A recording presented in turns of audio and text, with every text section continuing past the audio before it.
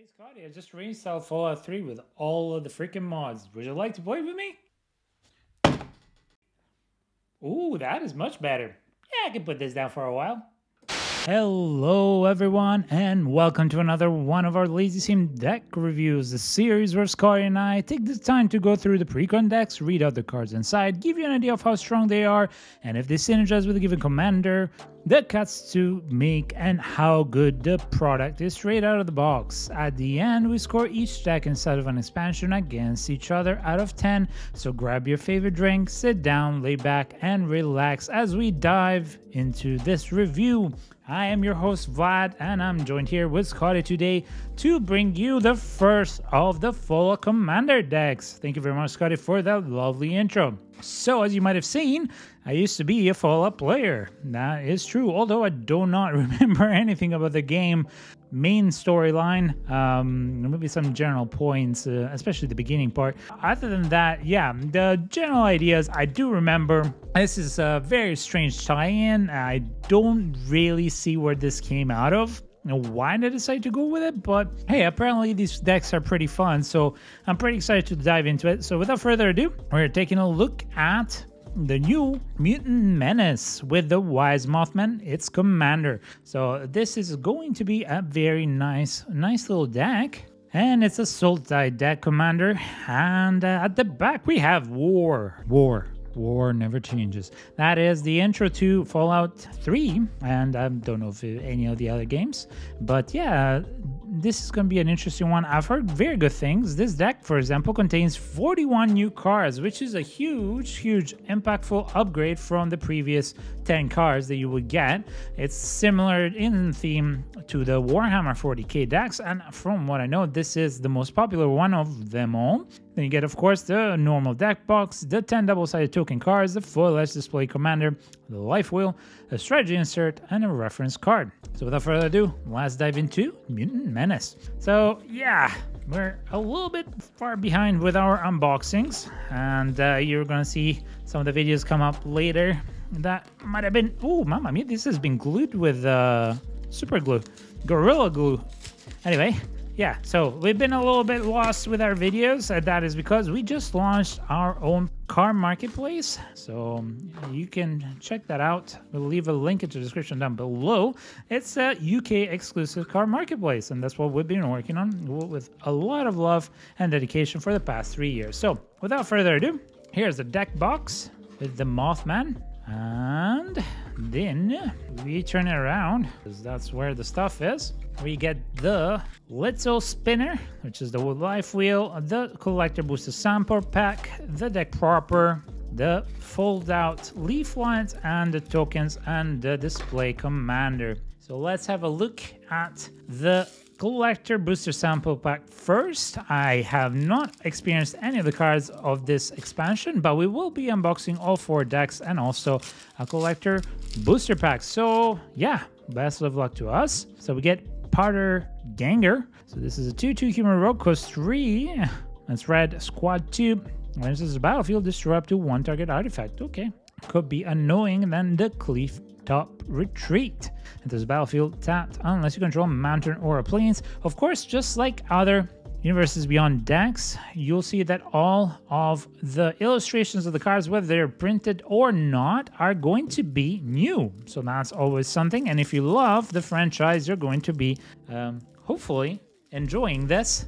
And yeah, maybe spice up your deck with some really cool cards. And here we go. We're gonna have a first look at the commander. So this is the Wise Mothman. It's a 3/3 insect human. As we said, this is soul type, 1 generic, and it has flying. And whenever it enters the battlefield or attacks, each player gets a rad counter, and when 1 or more non-land cards are milled, you put a +1/+1 counter on each of up to X target creatures, where X is the number of non-land cards milled this way. Okay, so it's a 2-parter really. So the rad counters, I would reckon there's going to be a lot of ways to deal with the rad counters here and interact with them, I would hope.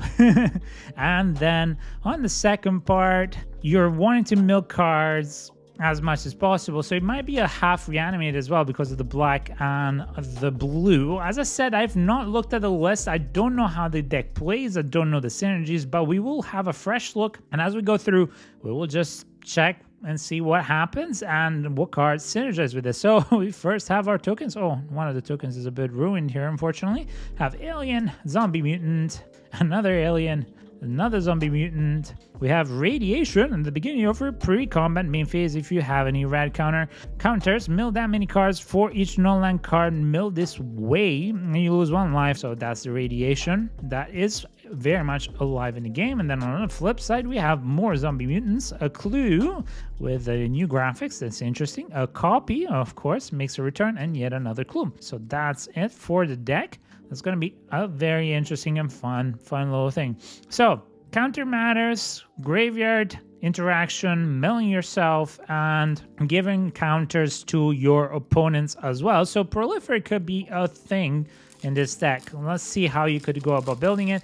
As usual, we will just look at it as a precon in and of itself in these videos. This means that we will score it against the synergies that are included with the commander as given. We will not look too much to the general, what I call the general, which is the other card that is right here, which is the Master Transcendent. So we will assume that the deck will play with the Wise Mothman as our commander. So the Master Transcendent, I mean, he has transcended something. That is very, very freaking creepy. It's a 2/4 mutant that costs 4 against Soul Titan generic.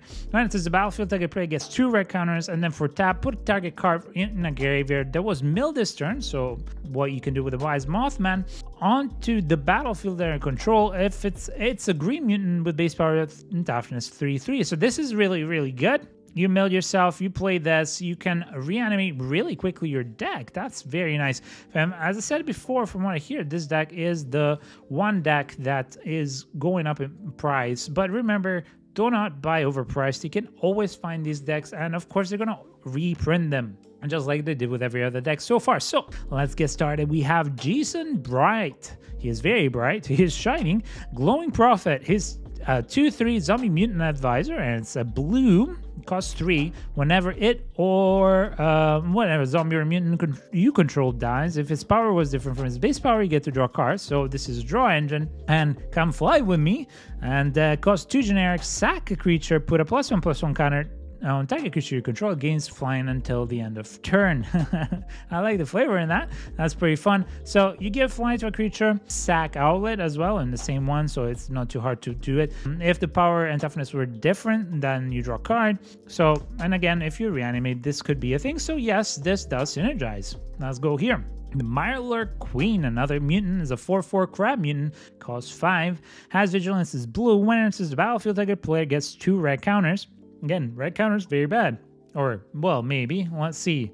Let's see. Is there a way to give this to the beginning of your combat main phase? If you have any red counters, mill that many cards. Reach an online card, mill this way, you lose 1 life. I mean, you could do it yourself as well to be able to mill yourself quicker, but you do need to be careful with that because the more you mill yourself, the less deck you're going to have to play, and you need to play a lot of cards. So, yeah, it really depends on the cards inside. So, anyway, whenever it enters the battlefield, you get 2 red counters to target a player. And whenever 1 or more non-land cards are milled this way, you draw a card, then put a +1/+1 counter on this card, and this ability triggers only once each turn.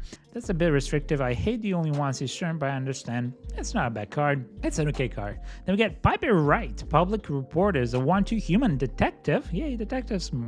And it costs 2. It's blue. Whenever it deals combat damage to a player, investigate that many times. Oh, wow. So whenever it deals combat damage to a player, it doesn't count the amount of damage, is how many times it deals damage to a player. So if you give it, you know, double strike, for example, you get to investigate twice. So whenever you sacrifice a clue, you put a +1/+1 counter on target creature you control. So again, it synergizes and it allows you to create clue tokens. Then we had a Rat Storm. It's an instant that costs 4, has Storm on it, which means when you cast this spell, you copy it for your spell cast before it this turn, and then you get to proliferate that many times. As that's really, really, really nice. Of course, you will care about proliferation because of the rat counters and the +1/+1 counter. So that's a nice instant. Struggle for Project Purity is an enchantment that costs 4. When it enters the battlefield, you choose Brotherhood or Enclave, which is fairly funny because in the game you have the choice on which to side with. So if you go with the Brotherhood, at the beginning of your upkeep, each opponent draws a card, and if you draw a card for each card drawn this way. Okay, so this gives advantage to your opponents as well, and you need to be able to get advantage out of that more than they do. Enclave, whenever a player attacks you with 1 or more creatures, that player gets twice that many red counters. Okay, so you have a choice. If you sorely need some draw, you can definitely do that. The first option, or alternatively, or to get advantage because you already have most of the plan in your hand. But otherwise, you can go Enclave and just multiply those rad counters, which is great. Then we get Feral Ghoul, and it's a zombie mutant. It costs 2 generic and 1 black. It has menace, and it's a 2/2. Whenever another creature you control dies, you put a +1/+1 counter on it. Great. And when it dies, each opponent gets a number of red counters equal to its power. Again, great synergy. I like it so far. Very synergistic. Hancock, Ghoulish Mayor. Okay, the ghouls are yet another faction. Zombie Mutant Advisor has a 2/1 that costs 3 with the black, and each other creature you control that's a zombie or mutant gets +X/+X, where X is the number of counters. Oh, on Hancock, that is nice. It's each other creature you control, and you can definitely buff it up, and then it has Undying on top of that, which means that whenever this creature dies, if it had no +1/+1 counters on it, return it to the battlefield with a +1/+1 counter on it. And remember, if you have the -1/-1 counter on it, then the 2 types of counters delete each other and it goes back to normal, so you can have Undying again. There's quite a few combos with this. So yeah, that's very good. It's a very go wide strategy, and it buffs all your creatures, so that's great. Nuclear Fallout. It's a sorcery, costs X and 2 black pips. Each creature gets twice -X/-X until the end of turn, and each player gets X red counters. Wow, very strong. Absolutely. Then we get Screeching Scorch Beast. It's a 5/5 bat mutant, costs 6, has flying and menace, and whenever it attacks, each player gets 2 red counters. And whenever 1 or more non-land cards are milled, you may create that many 2/2 black zombie mutant creature tokens. Do this only once each turn. Very limiting for the cost here. You do give 2 red counters to each player, including yourself, so be mindful of that. You do have ways to play around with it. You do have some graveyard interaction. Although, to be fair, I don't think I've seen proper interaction such as Reanimate so far, except for the Master. But I would say it's a bit expensive for what it does, because it only does it once. So if it didn't have the limit, I would say, yeah, it's a good creature, but otherwise it's an okay creature, and I would replace it with something better. But the extra 2 red counters could be significant, so if there's changes to be made, keep that in mind. Volt 12. And this is the Necropolis. Wow, okay, so it's a saga, and it costs 6 with 2 black pips. Really beautiful illustration with a Voltec Glide, and this, I would guess, is because the people got trapped on the other side and the radiation seeped through. Don't remember. You can comment in the comments down below to let me know why these people are like that. And each player gets 3 red counters, and then you create X 2/2 black zombie mutant creature tokens, where X is a total number of red counters among players. That's very strong. Very strong. As a very go wide. If you do that with Hancock in play, then it's basically a huge alpha strike. And then put 2 +1/+1 counters on each creature controlled, that zombie or mutant. Very wonderful enchantment. I prefer this over the Struggle for Project Purity enchantment. I would swap the Struggle if you have better, but I would keep definitely Vault 12 in game. Harold and Bob First Newmans. It's a tree folk mutant. It's a 3/3 that costs 3 with its 1 green. It's vigilance and reach, and when it dies, if it was a creature, return it to the battlefield as an aura, and with Enchant Forest, and you control the Enchanted Forest, and has tap to add 3 mana of any wild quality. You get 2 red counters, and then Harold and Bob loses all other abilities. So if it dies, you can swap it around. That's not bad. Again, it has to be in the battlefield to be able to do that. You get 3 mana. again, the ability with the rad is really, really cool, but be mindful of that you are going to be, well, you know, milling yourself for that many rad counters. So at beginning of your pre-combat, which is very interesting that it's at the pre-combat, but yeah, you will mill yourself. I don't know, if you have 5 rad counters, you put 5 counters, and then you, for each non-land card that you've done that, you lose a life. So that would be 5 life each turn. It goes down really quickly, so it is annoying for your opponents, but also is annoying for you. And so far, I only see one card that really helps with, well, dealing with the cards in the graveyard. No reanimate just yet. Lily Bowen, Raging Grandma. I mean, if I'm old and I look like that, that would be really, really cool. I mean, Lily Bowen did not miss a day at the gym. Kudos to Lily Bowen. This is a 0/0 mutant warrior. It costs 4 and it's green. It has vigilance, and when it enters the battlefield, it does so with 2 +1/+1 counters on it. And at the beginning of her upkeep, double the number of counters if its power is 16 or less. Otherwise, remove all but 1 +1/+1 counter on it, and then you gain 1 life for each +1/+1 counter removed this way. That is insanely good, especially because you can quickly rack up and proliferate, and there's been already like 2-3 ways to do that, so that's very, very good. Power Fist. It can be a verb, but never mind, just remove that. Power Fist. Okay, so this is going to be interesting. That's artifact equipment, and it's green. Equipped creature has trample, and whenever this creature deals combat damage to a player, put that many +1/+1 counters on it. That is insanely good and very synergistic. It's a good equipment, and you equip it for 2 generic, so it's not even that expensive. Very strong. I like it. And that's an artifact. I think that's the first artifact we see. Rampaging Yogway. This is a 2/2 bear mutant that costs X and triple green pip. Vigilance and trample, enters the battlefield with X +1/+1 counters on it, and when it enters the battlefield, destroy any number of target artifacts and enchantments with total mana value X or less. It's nice that you can destroy any number, so you decide which ones. So it's not a complete board wipe. You can remove the really annoying ones for your opponents, and especially if you play later in the game, because you could just play it as a 2/2 with that much, or for 3 and then put counters on it. But yeah, it's a very good creature early in the game, and also later in the game even more so. So yeah, great. And I would hope there is ramping, because if you do have creatures like this or X powers, it will be great to have some ramping efforts into effects into the deck. Next, we have Strong, the Brutish Thespian. It's a 7/7 mutant berserker that costs 6 with 2 green pips. It's Ward 2 and Rage. Whenever it is dealt damage, you get 3 red counters and put 3 counters on Strong, and you gain life rather than lose life from radiation. Now that I like that. That is really, really good. It is a hard cast, but it does synergize. And as I said, if you have ramp, that's going to be really great. In fact, it will be one of the first cards that I get, because then the rad on you starts working in your favor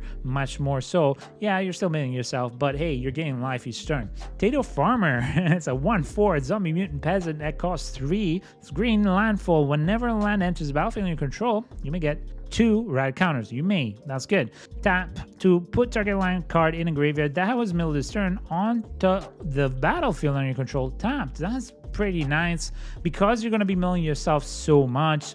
A lot of your lands are going to go into the graveyard. So I would reckon, first off, Crucible of the Worlds would go really well in this deck, but also, yeah, effects that allow you to re-put those lands, not just reanimate your creatures or replay everything else, but re-put those lands is going to be really, really good. Watchful Radstag is a 2/2 Alch mutant. It costs 3, it's green, it has evolved. So whenever it enters the battlefield and you control a creature, if that creature has greater power or toughness than this creature, you put a +1/+1 counter on this creature, which is not going to be too hard to maintain this, because there are higher powers, and then this just keeps growing and you can proliferate it. And then whenever it evolves, you create a token that's a copy of it, which is insane.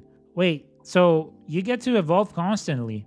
I think this is recursive, right? So whenever it evolves, you create a token that's a copy of it. Okay, so because it's not legendary, you can copy this infinitely, so long as it evolves, of course. Wow, that's really, really strong. Okay, this is Agent Frank Horgan. It's a 8/6 mutant warrior that costs 7, and it's Golgari. Trample, and It has indestructible as long as it has attack this turn, so you always want to keep it on the swing. And whenever it enters the battlefield or attacks, you proliferate twice. Insanely good. So much synergy in this deck. Very, very good synergy with, well, proliferation counters, rads counters especially. A little bit of interaction so far with the graveyard, but let's see as we still got it going. So that's very good. Ooh, Death Claws. Oh my god, these guys are, they are annoying. A Lizard Mutant, the Alpha Death Claw is a 6/6 that costs 7. Oh, sorry, that costs 6. And its Golgari has Menace and Trample, and when it enters the battlefield or becomes monstrous, destroy target permanent. Okay, so Menace and Trample on this is already good. And you get a, well, 3 for 1 for this cost, and then you transform it as monstrosity by paying 7, and the monstrosity 4, so if it is a monstrous, you put 4 counters on it and it grows significantly, and the fact that it has trample, well, that's even better. All right, next up we have Atomize. Okay, Atomize is an instant, it costs 4, and it's Golgari, destroy target non-land permanent, and you get to proliferate. Very, very, very good card, especially in this deck, because yes, it's a bit expensive, but as a 2 for 1, and realistically it's a much more for 1 because the proliferate is gonna bump up a lot of value, hopefully for you, and a lot of a nuisance for your opponents. We have Marcus Mutant Mayor. Is a 4/4 mutant advisor, and it costs 5, and it's a Simic, and it has Vigilance and Trample. Whenever you control a creature you control deals combat damage to a player, you draw a card. If that creature has a +1/+1 counter on it. Okay, so that's very, very good. This is a draw engine because it's not whenever one or more creatures. So you deal, combat damage to a player with 3 creatures. You get that have +1/+1 counters on it. Then you get to draw 3 cards. If it doesn't, you get to put a counter on it. So that's growing the deck as is. Very, very good. So far, I'm finding it hard to remove cards from the deck. Not gonna lie. Mutation Advantage is an instant that costs 3 with Simic. Permanents you control with counters on them gain hexproof and indestructible until the end of turn, and prevent all damage that will be dealt to those permanents and proliferate. So usually fog effects are not great, but this one does so many things that can be really, really good. Again, this is though with counters. It's not gonna be that hard to have counters on them because of the deck, but still keep that in mind. So it's a nice one, and it synergizes. Volt 87 Forced Evolution. It costs 5, it's in a Simic, it's a Saga. Gain control of target non-mutant creatures for as long as you control Volt 87, which means 3 turns. Put a +1/+1 counter on target creature you control. It becomes a mutant in addition to its other types, and draw cards equal to the greatest power amongst mutants you control. So you can control for a creature with 3 turns, you buff it up, or you can buff something else, I would reckon, because it doesn't really make sense to buff it up. But then, yeah, you just draw that many cards. Very nice. I like this one. Next, we have the Nuke Launcher. Artifact equipment costs 2 generic. A quick creature gets +3/+0 and has Intimidate. You equip it for 3. Intimidate means they can't be blocked except by artifact creatures and or creatures that share a color with it. And whenever a quick creature attacks until the end of the defending player's next turn, that player gets 2 red counters whenever they cast a spell. Oh wow, that is annoying. That is really, really, really annoying. That can shut down your opponents quite significantly. Of course, you can also, have other ways to deal direct damage with this equip, not necessarily only the intimidated ones, because of course, if for whatever reason they're playing the same colors. But yeah, that would be really, really good. Okay, next up we have Recon Craft Theta. It's a 4/4 vehicle that costs 4 generic, has flying, and when it enters the battlefield, you create blue alien tokens, and you put a +1/+1 counter on it. So it's going to be a 1/1, and whenever it attacks, you proliferate. And it grew only for 2. Wow. Okay, I like this. I'm not a huge fan of vehicles in general, but I really like this one. So definitely goes in the keep pile, especially because it does help with the proliferate. And of course, maybe Carl's Bastion and this and a couple more, and you're fine with the proliferate. Mariposa Military Base. It's a land. You may have it enter the battlefield tapped. If you do, you get 2 red counters. And tap to add 1 generic. And for 5 and tap, draw a card. Ability costs 1 generic less for to activate for each red counter.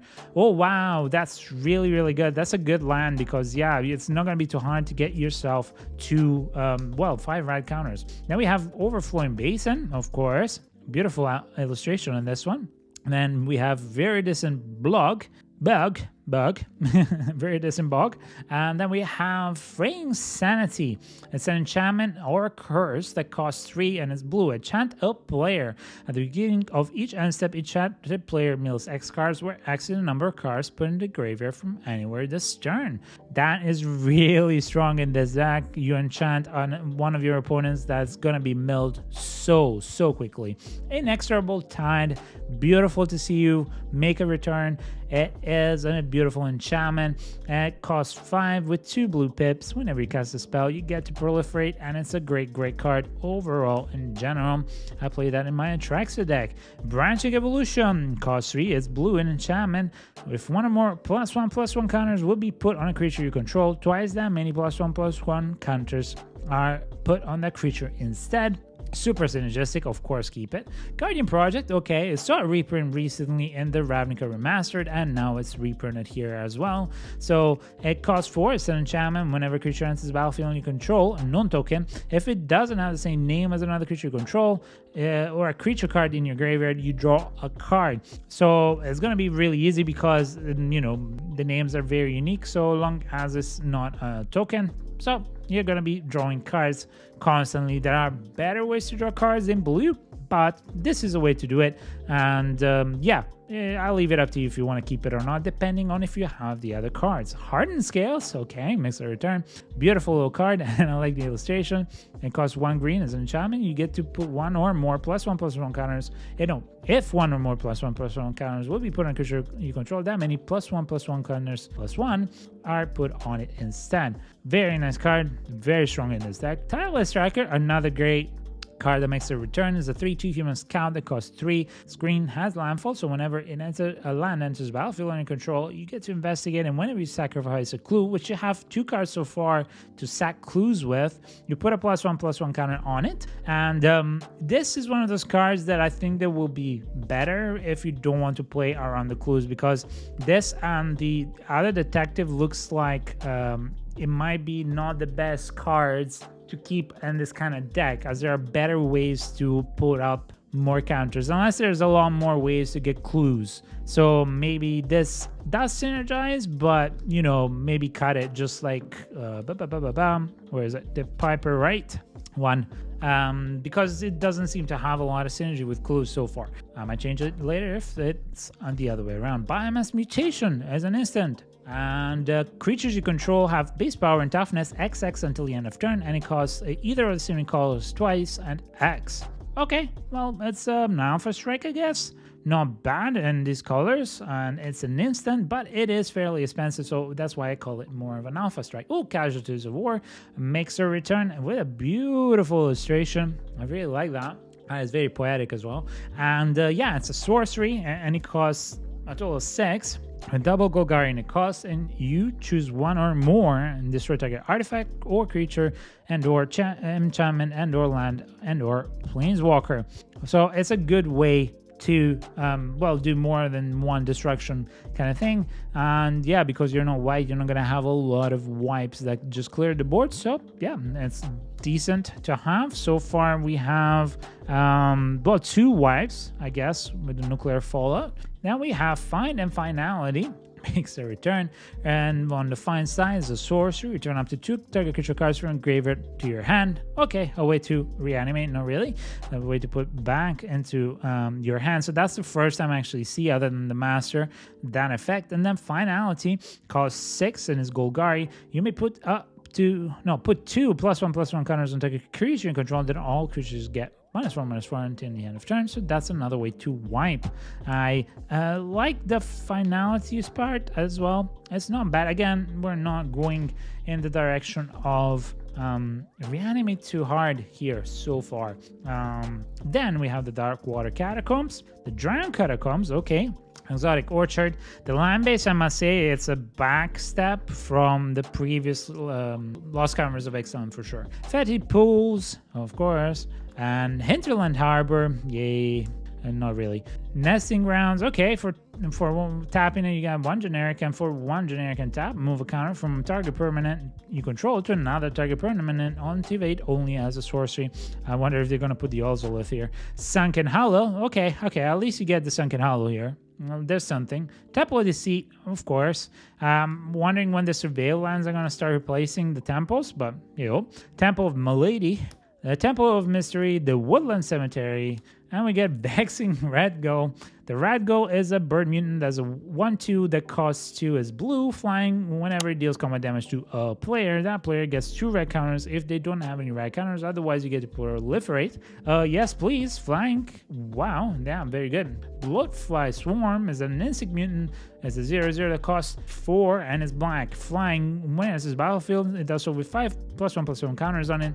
And if a damage will be dealt to it, it has a +1/+1 counter, prevent that damage. So it's like a Hydra. Remove that many +1/+1 counter on it, and then give each player a red counter for each +1/+1 counter removed this way. Haha, that's a nice tricky Hydra. I like that. And it's a flyer as well. So good, I like it. Infesting Radroach is a 2/2 insect human. Mutant.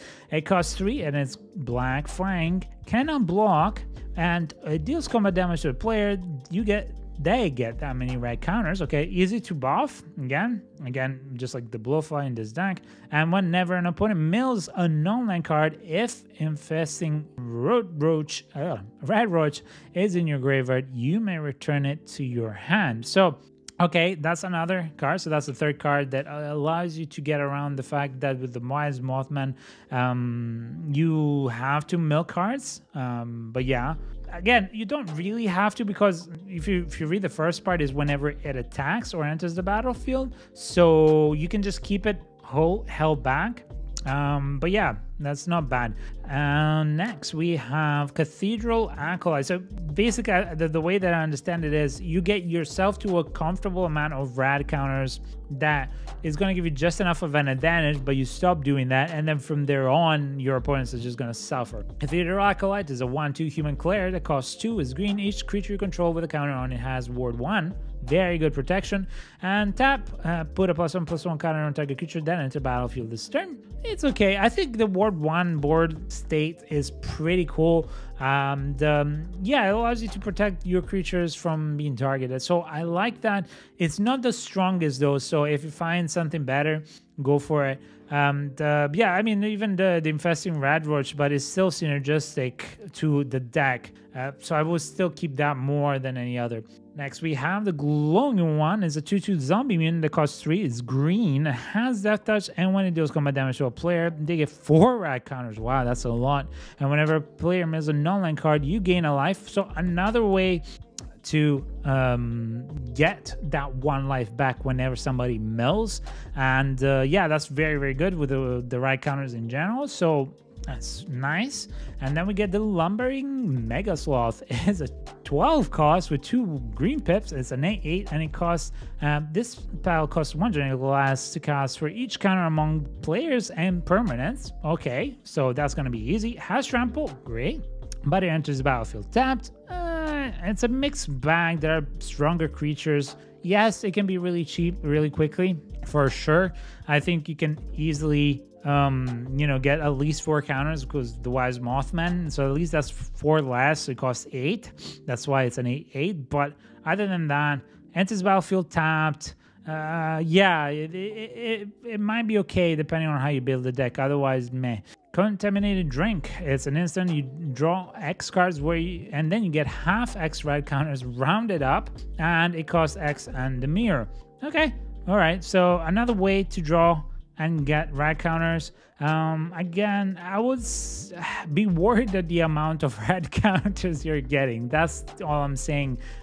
Keep a good amount of draw is always good, but yeah, just be mindful of those red counters. Nikin Ambusher as a 4/4 mutant warrior that costs 4. It's the mirror, has ward 2, and when it enters the battlefield, target player gets 4 red counters. Great. Can't be blocked as long as the defending player has a red counter. That is insanely good. And you target this with a nuke launcher, and yeah, you're gravy. and any other effects that give your opponents, whenever you hit your opponents, that's going to be great too. So that's nice. Then we have Raoul, Troubleshooter. Is a 1/4 zombie mutant, cost 3, is the mirror, and once during each of your turns, you may cast a spell from among cards of your graveyard that will mill this turn, and then tap to each player mills a card. I wish this was all turns, any turn, you know, just all cards in the graveyard. That would be much, much stronger. Because of the restriction, I would say it's okay, but again, you're gonna be milling yourself so quickly, especially if you want to get to 4 or 5 rad counters, that yeah, you need to start playing from the graveyard and getting that advantage. So to a certain degree, it's okay, but if you have better reanimates or ways to reanimate, definitely swap them out. And Young Deathclaws is a 4/2 lizard mutant. It costs 4 with Golgari Menace, and each creature card in your graveyard has scavenge, and scavenge cost is equal to its mana cost. You can exile a creature card from your graveyard and pay its mana cost. You put a number of +1/+1 counters equal to that card's power on target creature, and scavenge only as a sorcery. Okay, so you can use the cards in your graveyard in an alternate way. It has menace, but it can easily trade down, and I'd rather have better ways to reanimate more so than just buffing up. I know that it does synergize. I'm not going to say no, it doesn't synergize. It does, but I think this would be something you might want to think about cutting. Strength Bobblehead. Okay, the bobbleheads are here. It's an artifact. It costs 3 generic. You tap 1 mana of any color, and then for 3 generic tap, put X +1/+1 counters on target creature. More X is the number of bobbleheads you control, and you can activate only as a sorcery. So I think the bobbleheads are going to be very similar. So tap 1 of any color, and then it does something. And this one is the synergy with the commander, which is putting X +1/+1 counters on target creature. And yeah, of course, you're gonna have 1 bobblehead unless you put 4. I would reckon there are 4. I don't know that there are more, but anyway, not the greatest of cards. It's always good that you can at least put a counter, but there are better ways to put counters. And I'd rather use the artifact slot better, especially for ramping, which I've not seen so far a lot of. Next, we have Cultivate. Well, search your library for up to 2 basic land cards, reveal those cards, put 1 in the battlefield tapped, and the other one in your hand, shuffle. This is a common way to go through your deck and ramp you a little bit, so that's one way. Keep that, for why not? The Farseeker is another one, that's nice. It's a sorcery, costs 2.